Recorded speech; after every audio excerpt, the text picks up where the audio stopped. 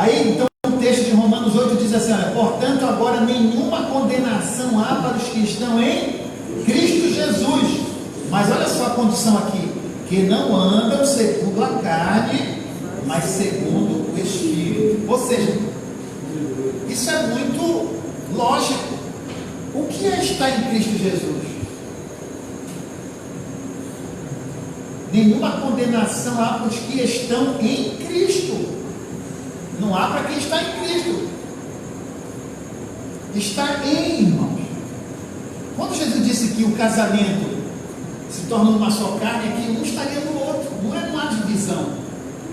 Então, num casamento, a mulher não pode pensar diferente do homem, ainda que possa pensar. Mas se ela quer seguir o propósito de Deus para o casamento, ela não tem que pensar como ela quer pensar, porque agora é uma só carne. O marido e a mulher têm que trabalhar o bom senso, e para que eles entendam e vivam bem, se entendam, eles vão ter que se submeter às leis de Deus sobre o casamento. O propósito de Deus para o casamento, quando eles se submetem ao propósito de Deus, o que Deus idealizou para uma vida no casamento, aí vai haver harmonia e um vai estar no outro, vai ser uma só carne. Agora, vamos entender agora a nossa relação com Cristo. É um casamento, é uma união dissolúvel, né? Até enquanto eu sou um com Ele, eu não posso ser diferente. Eu não posso estar em Cristo pensando diferente do que Cristo pensa. E o grande diferencial de tudo isso é que Cristo vai ser sempre o meu padrão. E não é eu que vou estabelecer um padrão para Cristo. Se eu estou em Cristo, né, eu tenho obrigação de seguir a vontade dele, porque ele morreu por mim, ele que revelou a vontade de Deus para mim, ele que veio trazer o reino para nós, ele que veio ao mundo perfeito, ele que veio nos ensinar a ser o verdadeiro Filho de Deus, como ele foi o Filho de Deus, se submetendo integralmente à vontade do Pai. Jesus também mostrou que ele era um com o Pai na sua completa obediência ao Pai. Ele se submeteu a obedecer ao Pai. Ele não foi intransigente em nenhum momento em relação ao Pai. Até quando ele teve que ir para a cruz, ele disse: Deus meu. Ele disse lá no Getsemane, né? Passa de mim esse cálice, se possível eu vou. Agora, se não for possível seja feita, não a minha, mas a tua vontade. Foi fazendo a vontade do Pai que ele subiu à cruz e sofreu o martírio. Todas as dores que ele sofreu lá, foi porque ele queria fazer a vontade do Pai. Então a Bíblia diz aqui, né, que agora nenhuma condenação há para os que estão unidos a Cristo, mas que não vivem segundo a carne, que não vivem fazendo a sua vontade. Não há condenação para quem corresponde com Cristo, com a vida de Cristo, com a vontade de Cristo, tem uma vida compatível com a de Cristo, né? Mas não ando segundo a carne, mas segundo o... Olha só, e como é que eu vou seguir a vontade de Cristo, né? Vou ser um com Cristo, segundo o Espírito. Quem é que habita em mim? O Espírito. É Ele que vai trazer essa revelação. É Ele que vai revelar toda a justiça de Deus. É Ele que convence o homem da justiça, do que é certo e do que é errado. Quando eu me submeto ao Espírito Santo, né? Eu estou unido a Cristo. Agora Paulo diz assim: não extingais o Espírito. Não torne o Espírito extinto da vida de vocês, porque na hora que vocês abrirem mão do Espírito Santo, vocês o tornarão extinto. Ele deixará de exercer o governo sobre a vida de vocês, e vocês vão estar sob o governo da carne, e automaticamente vocês não estarão mais em Cristo, porque é impossível alguém estar em Cristo fazendo a sua própria vontade. Porque quem está em Cristo está sob a liderança do Espírito Santo de Deus. Amém? Amém. E quem está em Cristo, irmão, diz a Bíblia que nenhuma condenação há sobre quem está em Cristo Jesus. Ninguém se sente condenado. Não há sentimento de culpa para quem está em Cristo Jesus. Então todo esse sentimento de culpa da sociedade vem... A sociedade tende a dizer assim, que todo sentimento de culpa que o homem tem vem da religião. Você pode ouvir um ateu, qualquer pessoa que na sociedade que não se submete a Deus, e diz assim: olha, esse sentimento de culpa, a religião coloca esse fardo no homem, que ele é culpado, ele não pode fazer isso, ele não pode fazer aquilo porque é pecado. A religião ela subservicia o homem, coloca o homem debaixo de uma tutela, de uma submissão cega. Não é a religião. E Deus também não nos coloca diante da sua liderança, sob a sua liderança, por imposição. Você escolhe. Só tem uma questão aqui: no final da tua vida, depois que você morrer, então você está decretando, Deus está te dando a oportunidade de decretar você mesmo qual será o seu fim. Mas ele te propõe a vida e a bênção e a maldição. Ele propõe diante de você um caminho, se chama Jesus. Eu sou o caminho, eu sou a verdade, olha só, e eu sou a vida. Agora, quem quer andar nesse caminho, cada um toma a sua decisão. Outra coisa importante aqui: você não fazia parte. A outra coisa, você foi libertado do império das trevas e do domínio de Satanás. Olha só, essa novidade de vida nos deu também isso. Você foi libertado do império das trevas e do domínio de Satanás. Você pode entender isso melhor agora. Olha o que diz Colossenses 1,13: o qual nos tirou da potestade das trevas e nos transportou para o reino do Filho do seu amor. Essa palavra potestade significa do governo, do poder, da dominação, daquele que governa, do príncipe das trevas. Deus, através da obra redentora de Cristo, o que Ele fez, Ele nos tirou desse domínio das trevas, desse reino das trevas, e nos colocou no reino do Filho do seu amor. Então aqui já está muito claro para nós uma coisa: que existem dois reinos que podem estar exercendo influência sobre um ser humano. Um deles pode estar exercendo influência. No mundo existem dois reinos que lutam, né, pela conquista da alma do homem: o reino das trevas e o reino de Deus. O homem já nasce no reino das trevas, sob a influência do reino das trevas. Ele é influenciado pelo reino das trevas, né? Mas quando nós cremos em Jesus como Salvador, diz o texto aqui, Deus nos tira da potestade das trevas, nos tira desse poder das trevas. Tem um texto aqui em João bem interessante, que nos ajuda a entender isso melhor. João capítulo 12.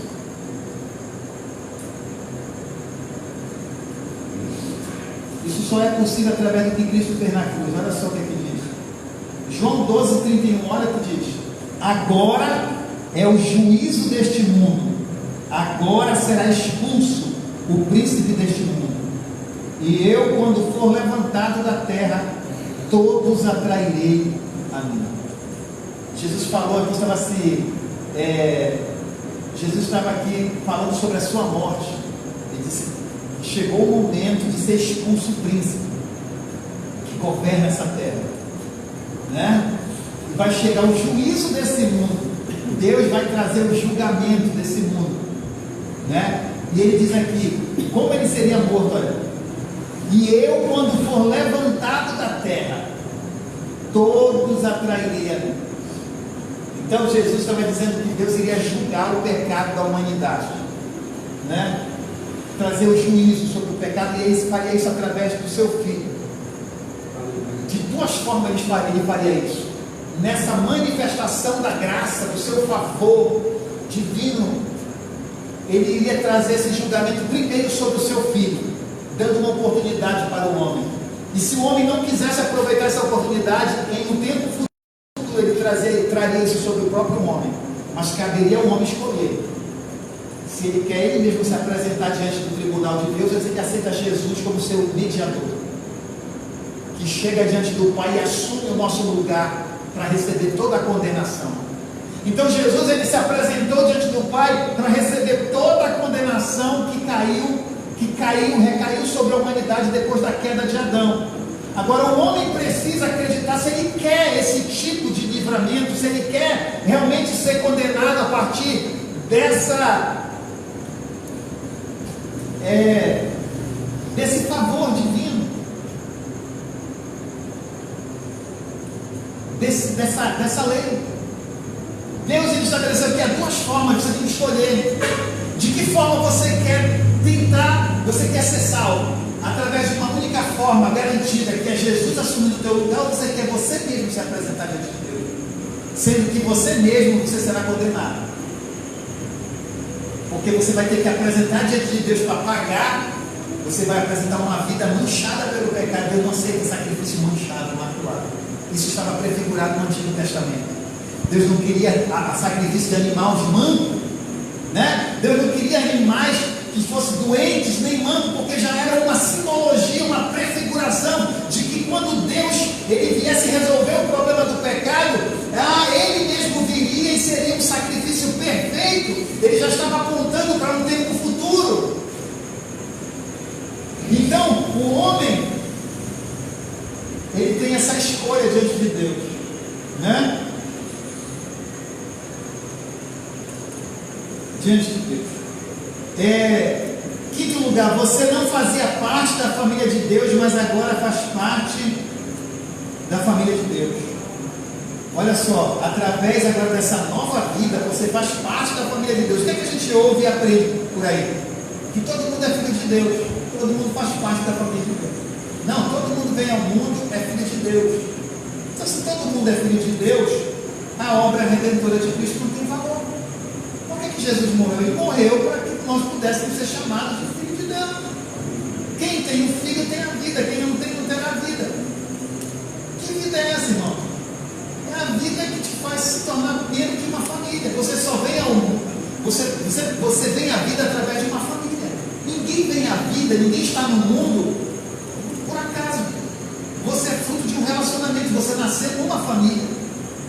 Então, para você pertencer à família de Deus, você tem que nascer na família de Deus. E o novo nascimento, como algo espiritual, acontece através de Cristo, que sepulta o velho homem e recria o novo, e faz o novo ressurgir no reino dele. Não é verdade? Então, essa nova vida em Cristo nos propõe isso. Agora você faz parte da família de Deus. Então, você não faz parte porque você quer, você não faz parte porque você acha que faz parte, você faz parte porque Deus, Ele te proporciona isso.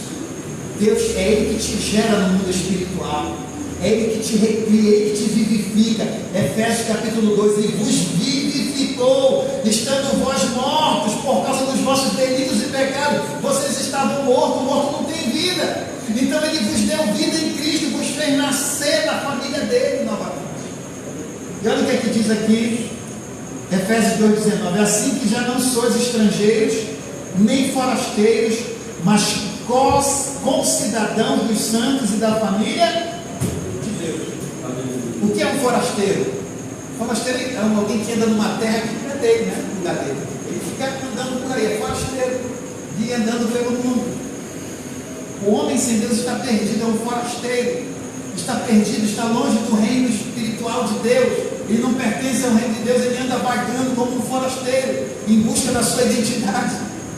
Sou um peregrino, um forasteiro, em busca da minha identidade. Você não é mais um peregrino forasteiro, você já tem uma identidade, você já tem uma terra, você já tem uma habitação, você habita em Deus, a sua habitação é Deus, porque você foi criado nele. Você foi colocado na terra, mas a tua verdadeira habitação é no próprio Deus. Em sexto lugar, você se tornou templo do Espírito Santo de Deus, agora ele habita em você. Já falamos isso, né? Em 1 Coríntios 6, 19 e 20.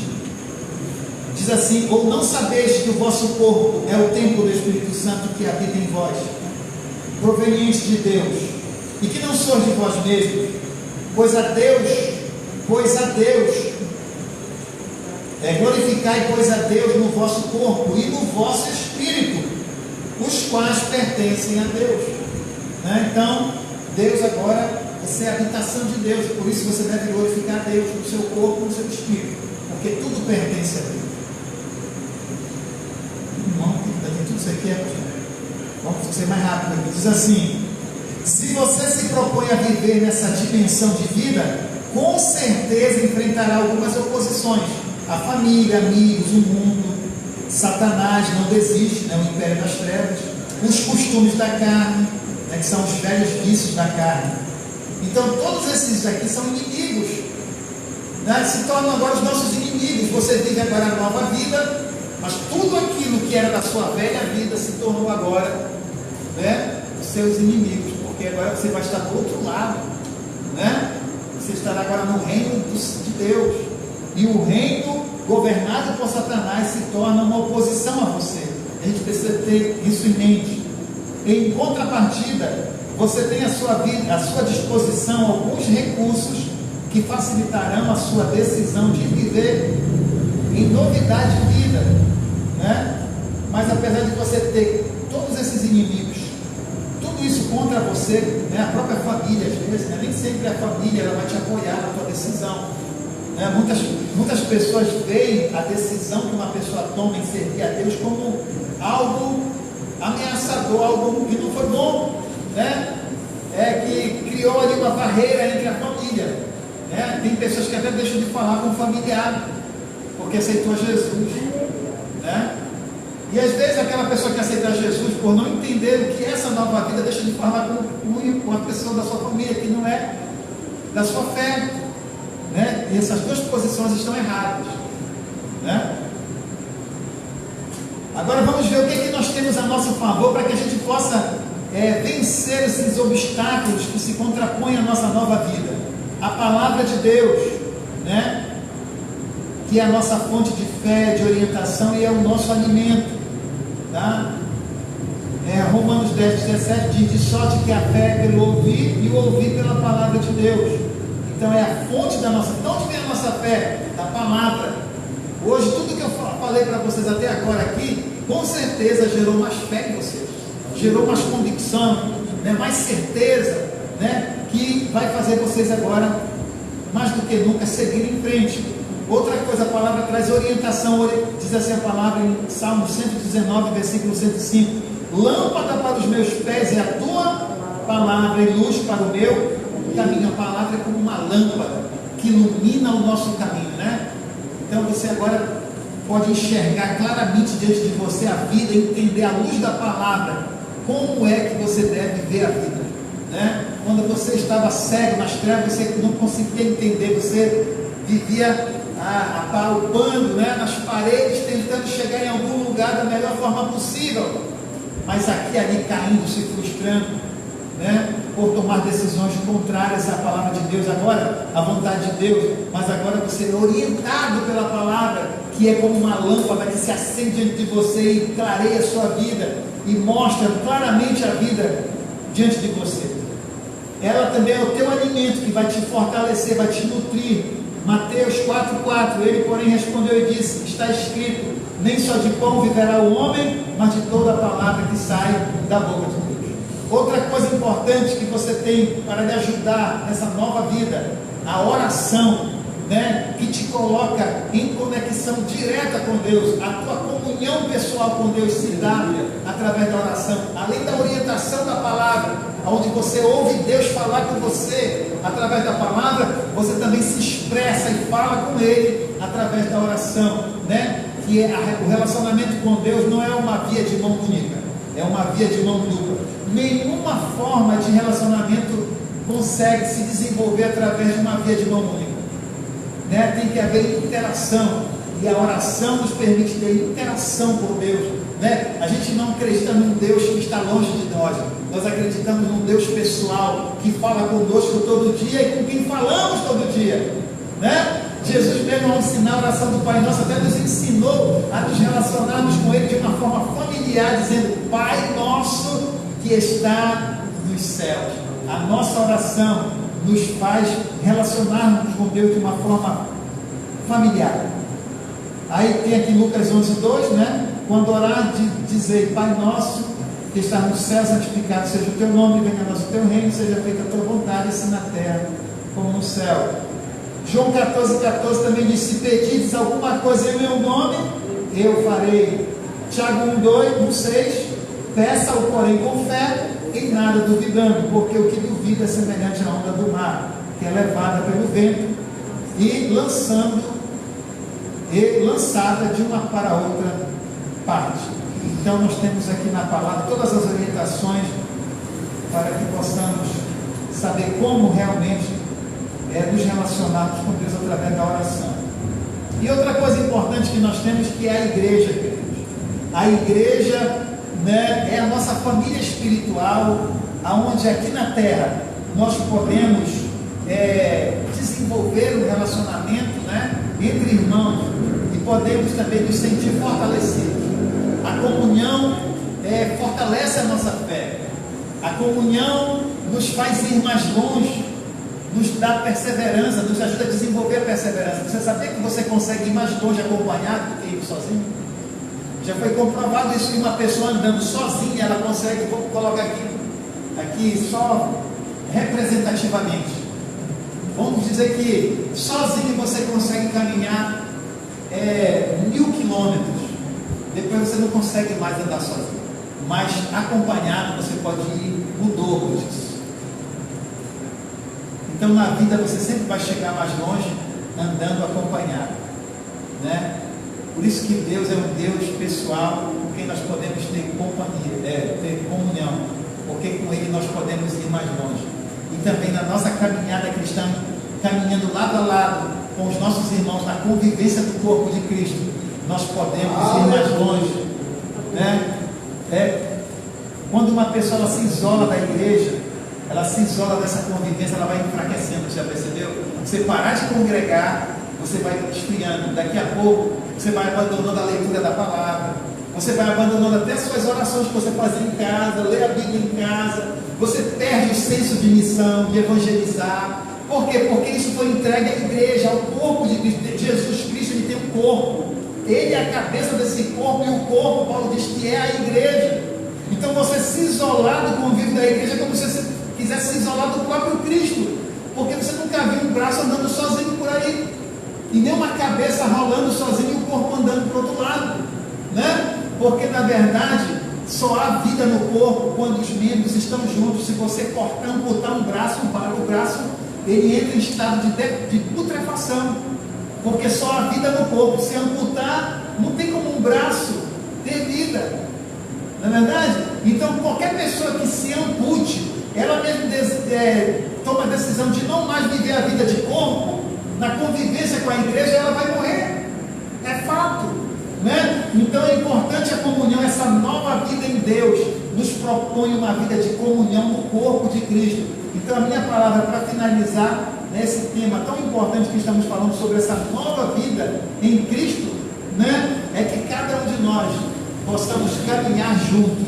né, permanecer juntos, aprendendo juntos, orando juntos, carregando a carga uns dos outros juntos, e assim nós vamos cumprir a vontade e o propósito de Deus para as nossas vidas. Que Deus nos abençoe. Eu agradeço a todos pelo tempo que os irmãos dispuseram para que pudesse estar nos ouvindo. Que Deus abençoe e até uma próxima oportunidade, em nome de Jesus. Eu passo aqui o microfone para o pastor